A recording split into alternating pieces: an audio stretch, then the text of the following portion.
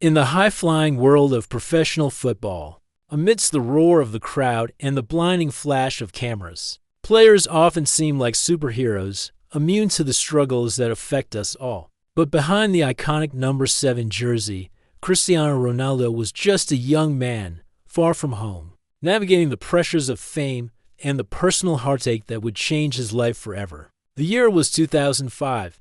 At just 20 years old, Ronaldo was already a star at Manchester United.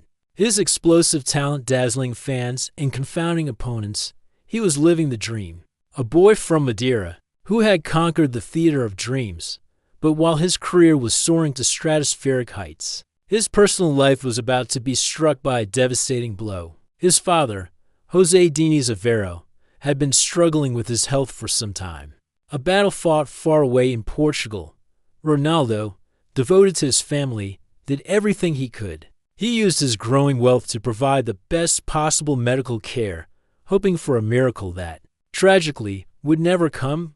On September 6, 2005, the news that Cristiano had been dreading finally arrived. His father had passed away. He was in Moscow with the Portuguese national team, preparing for a crucial World Cup qualifier against Russia. The timing was agonizing. Can you imagine receiving the worst news of your life, knowing that in a matter of hours, you're expected to perform on an international stage, with the hopes of a nation resting on your shoulders? The team, the coaches, everyone told him to go home. Be with your family. No one would have blamed him. Sir Alex Ferguson, his mentor and father figure at Manchester United, was one of the first to insist he return to Portugal. He understood that some things are far more important than football. But Ronaldo made a decision that day that would define his character for the rest of his career. He chose to stay. He chose to play. He told his coach, Luis Felipe Scolari, that he wanted to play in honor of his father.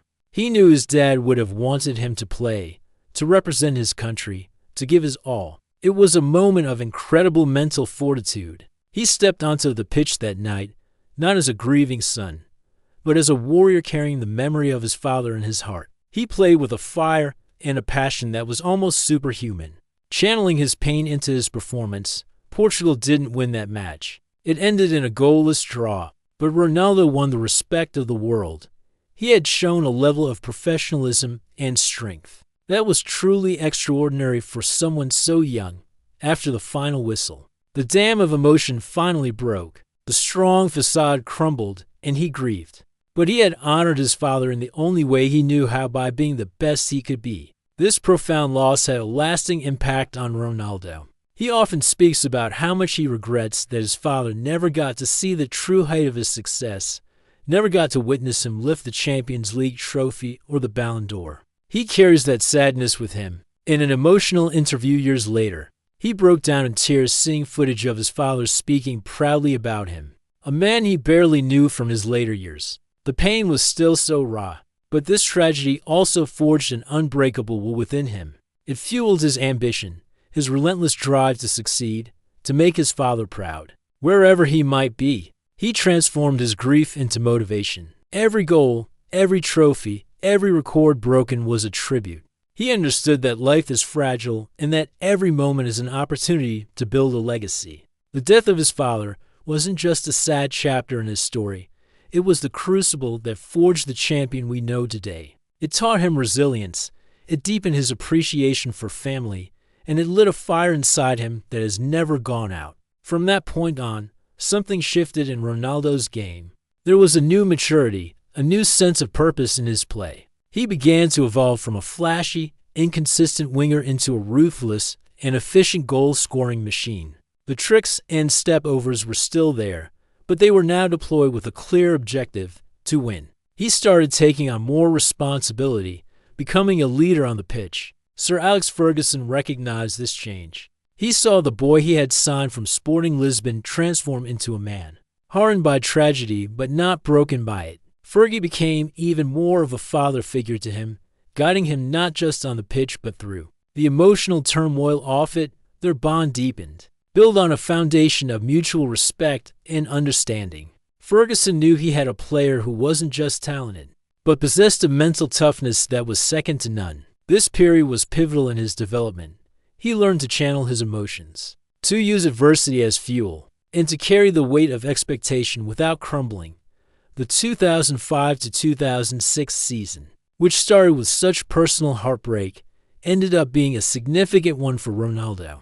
He helped Manchester United win the League Cup, scoring in the final.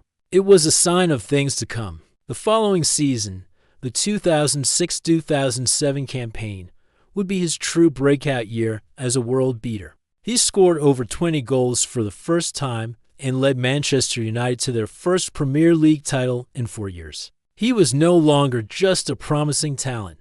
He was the main man, the talisman. He won the PFA Players Player of the Year and Young Player of the Year awards, a rare double that signaled his arrival at the absolute pinnacle of the English game. The skinny kid from Madeira, who had once been criticized for his diving and lack of end product, was now the most feared attacker in the league. His transformation was complete. He had turned personal tragedy into professional triumph, proving that the strongest wills are forged in the hottest fires. The memory of his father became a guiding star, pushing him to be better, to work harder, and to never, ever give up. This was the birth of the Cristiano Ronaldo we know today, a relentless winner, a global icon, and a man who carries the love for his family in every single stride. Thanks for watching, and don't forget to follow for the next chapter in the incredible story of Cristiano Ronaldo.